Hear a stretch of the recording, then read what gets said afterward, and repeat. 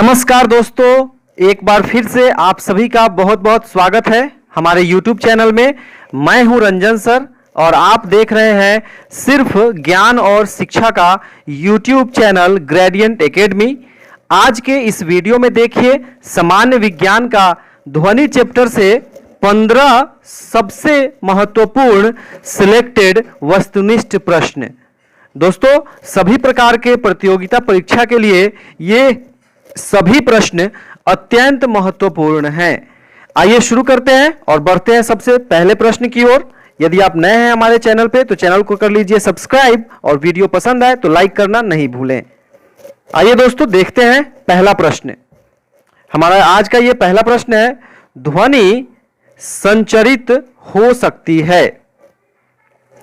ध्वनि किन पदार्थों से होकर संचरित हो सकती है यह बताना है यहां पे इस प्रश्न में। तो 5 ऑप्शंस हैं। तो इस प्रश्न का सही उत्तर हो जाएगा ठोस, द्रव्य तथा गैसों में, अर्थात डी ऑप्शन इसका सही हो जाएगा, क्योंकि ध्वनि किसी भी मटेरियल माध्यम में संचरित हो सकती है। ठोस में भी संचरित हो सकती है, द्रव में भी संचरित हो सकती है, गैस में भी संचरित हो सकती है। दोस्तों, ठोस में ध्वनि का चाल सबसे अधिक होता है, उससे कम द्रव में होता है, उससे कम गैस में होता है। चलिए अब देखते हैं दूसरा प्रश्न। अप्रिय ध्वनि को कहते हैं। अप्रिय ध्वनि को क्या कहते हैं? तो इसका सही उत्तर हो जाएगा इन ऑप्शंस में से शोर, बी। ठीक है दोस्तों, आइए तीसरा प्रश्न देख लेते हैं यहां पे। आवर्त काल का मात्रक कौन है? यह बताना है। यहां पे ये ऑप्शंस दिया हुआ है, मीटर, सेकेंड, हॉर्च, किलोग्राम। इनमें से आवर्त काल का मात्रक क्या है? आवर्त काल को इंग्लिश में टाइम पीरियड कहते हैं दोस्तों। तो इस प्रश्न का सही उत्तर हो जाएगा ऑप्शन सी, सेकेंड। इस सेकेंड के लिए लिखा हुआ है सी में, तो इसका सही उत्तर हो जाएगा दोस्तों सेकंड। ये परीक्षा में कई बार पूछा जाता है, आवर्तकाल, आवृत्ति इत्यादि का मात्रक।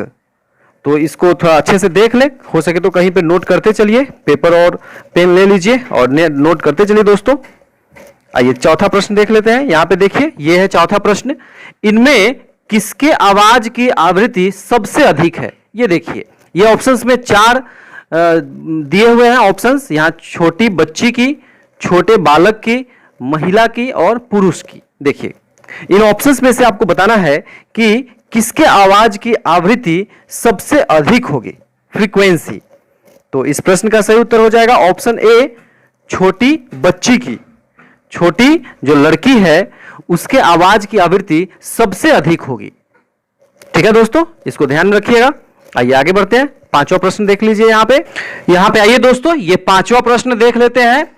पाराश्रव्य ध्वनि की आवृत्ति कितनी होती है?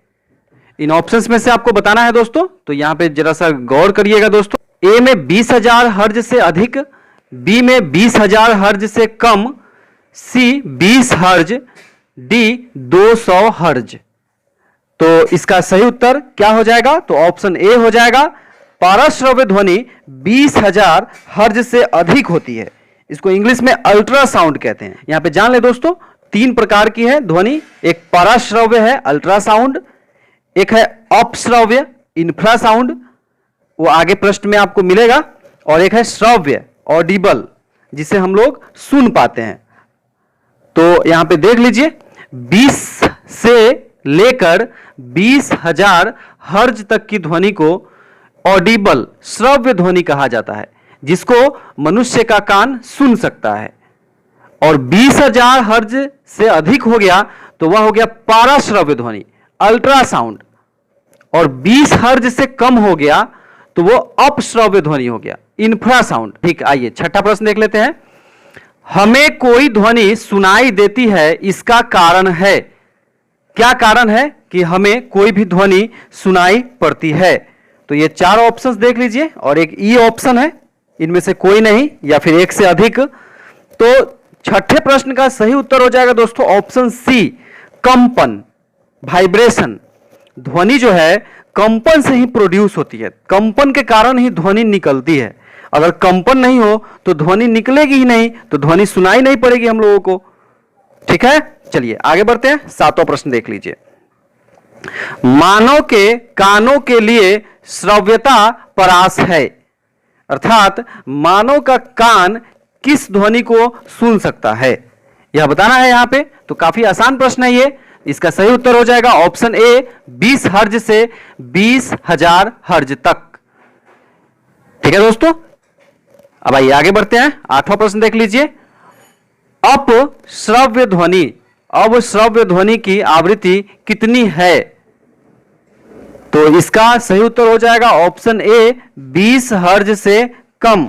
इंफ्रासाउंड्स, अवश्रव्य ध्वनि या अपश्रव्य ध्वनि को इंफ्रासाउंड कहते हैं, उसकी आवृत्ति होती है, फ्रीक्वेंसी 20 हर्ज से कम। ठीक है दोस्तों, तो इसका सही उत्तर हो गया ऑप्शन ए। सभी विषयों के पीडीएफ के लिए संपर्क करिए इस नंबर पर 7091443130। लाइव क्लास, एक्सप्लेनेशन वीडियो और सभी विषयों का सिलेबस के अनुसार पीडीएफ के लिए हमारे इस नंबर पर संपर्क करें और जल्द से जल्द व्हाट्सएप के माध्यम से पीडीएफ प्राप्त करें। आइए आगे बढ़ते हैं। 9वां प्रश्न देख लीजिए यहां पे।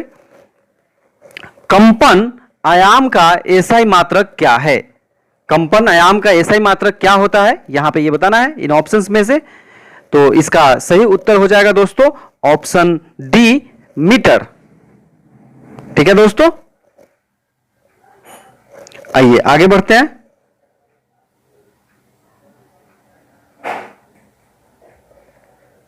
ये 10वां प्रश्न है, देखिए। आवृत्ति का एसआई मात्रक क्या है? आवृत्ति का एसआई मात्रक क्या होता है यह बताना है, फ्रीक्वेंसी का। तो इसका सही उत्तर है ऑप्शन सी, हर्ज। HZ से इसको रिप्रेजेंट किया जाता है, तो हर्ज इसका सही उत्तर हो जाएगा।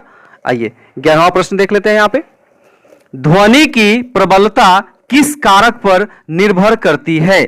ध्वनि की प्रबलता किस कारक पर निर्भर करती है यह बताना है यहां पे। तो इसका सही उत्तर हो जाएगा दोस्तों ऑप्शन ए, आयाम पर। आयाम पर ध्वनि की प्रबलता निर्भर करती है। ठीक है दोस्तों, चलिए आगे बढ़ते हैं। 12वां प्रश्न देखिए। ध्वनि तरंगों की प्रकृति होती है, अर्थात ध्वनि तरंग किस प्रकार के तरंग होते हैं यह बताना है यहां पे इस प्रश्न में। तो इसका सही उत्तर हो जाएगा ऑप्शन बी, अनुदैर्घ्य तरंग। ध्वनि तरंगे अनुदैर्घ्य तरंग होती हैं। आइए 13वां प्रश्न देख लीजिए। पराश्रव्य तरंगे मनुष्य द्वारा सुनी जा सकती है, नहीं सुनी जा सकती है, शुष्क मौसम में सुनी जा सकती है। तो यह बताना है आपको इनमें से क्या होगा इसका सही उत्तर।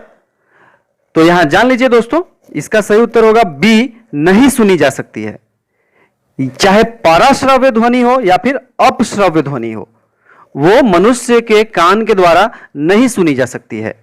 20 हर्ज से अगर कम हो गया तो वो भी हमारी कान नहीं सुन सकती, और 20,000 हर्ज से अधिक फ्रीक्वेंसी का अगर हो गया ध्वनि तो उसे भी हमारी कान नहीं सुन सकती है। ठीक है, तो ये हो गया 13वें प्रश्न का सही उत्तर, बी, नहीं सुनी जा सकती है। ठीक है दोस्तों, चलिए आइए, ये हमारा चैनल है, इसको सब्सक्राइब करें। अगर आप इस चैनल पर नए हैं तो चैनल को कर लीजिए सब्सक्राइब दोस्तों, और ये वीडियो आपको पसंद आया तो निश्चित रूप से लाइक करिए। आगे बढ़ते हैं, देखते हैं 14वां प्रश्न क्या है यहां पे। शिकार परभक्षियों या बाधाओं का पता लगाने के लिए चमगादड़ अथवा डॉल्फिन किस परिघटना का उपयोग करते हैं? ठीक है, शिकारियों या परभक्षियों का पता लगाने के लिए चमगादड़ या डॉल्फिन किस परिघटना का उपयोग करते हैं, ये यहां पे बताना है इन ऑप्शंस में से। तो इसका सही उत्तर हो जाएगा दोस्तों ऑप्शन डी, प्रतिध्वनि का निर्धारण। वे क्या करते हैं, ध्वनि छोड़ते हैं, और जब वो ध्वनि लौट कर वापस आती है उनके कान तक, तब वो पता लगाते हैं कि आगे कोई बाधा तो नहीं है या कोई खाने योग्य वस्तु तो नहीं है, और इससे वे शिकार करते हैं और परभक्षी लोग किसी तरह की समस्या का, बाधा का पता लगाते हैं। ठीक है, आइए आगे बढ़ते हैं। 15वां प्रश्न देख लीजिए यहां पर।